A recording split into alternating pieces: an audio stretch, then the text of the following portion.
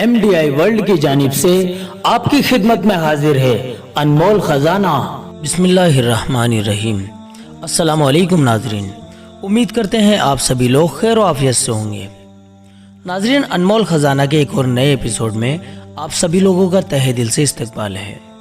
आज के एपिसोड में हम आपको बताएंगे हज़रत ईसा अलैहिस्सलाम के नबी होने का इकरार सबसे पहले किसने किया। तो चलिए नाजरीन शुरू करते हैं।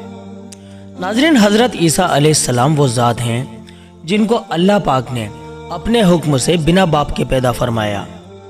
जब वो पैदा हो गए तो उनकी वालिदा हज़रत मरियम अलैहिस्सलाम उनको अपनी बस्ती वालों के पास लाई। क्योंकि वो हकीकत को जानते नहीं थे तो सबने उन पर तरह तरह के गंदे इल्ज़ामात लगाए। उन्होंने किसी के भी इल्ज़ामों का कोई जवाब नहीं दिया बल्कि बिल्कुल खामोश रहीं। पर जब लोग उनको ताने देने लगे और वो उनके इल्ज़ामों से परेशान हो गईं और उनका सब्र टूट गया तो उन्होंने अपनी गोद में लेटे हुए बच्चे यानी हज़रत ईसा अलैहिस्सलाम की तरफ इशारा करके कहा कि इससे मालूम कर लो कि ये कहाँ से आया है।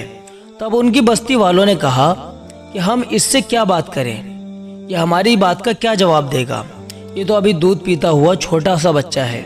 बस उनकी बस्ती वाले ये कहकर खामोशी हुए थे कि अल्लाह पाक ने हज़रत मरियम अलैहिस्सलाम की बेगुनाही साबित करने के लिए हज़रत ईसा अलैहिस्सलाम को उनकी माँ की गोद में ही बोलती अता फरमा दी और उन्होंने अपनी वालिदा की बेगुनाही भी बयान की और ये भी बताया कि मैं अल्लाह का बंदा हूँ।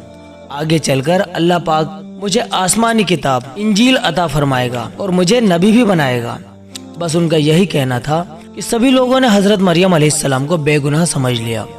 दोस्तों, जब हज़रत ईसा अलैहिस्सलाम बड़े हुए और उनको अल्लाह पाक ने नबी बनाया और उन्होंने अपने नबी होने का दावा किया तो सबसे पहले आपकी नबूवत को सच जिसने माना है वो है हज़रत याह्या अलैहिस्सलाम, जो हज़रत ईसा अलैहिस्सलाम से 3 साल बड़े थे। वो लोगों को पहले से ही खबर कर दिया करते थे कि तुम लोगों के बीच में हज़रत मसीह यानी ईसा अलैहिस्सलाम पैदा होंगे। जब वो अपनी नबूवत का दावा करें तो उनको अपना नबी मान लेना। मारिफुल कुरान इदरीसी जिल्द नंबर 1 पेज नंबर 606। तो नाजरीन, हज़रत याह्या अलैहिस्सलाम सबसे पहले वो शख्स थे जिन्होंने हज़रत ईसा अलैहिस्सलाम के नबी होने के दावे को सच माना।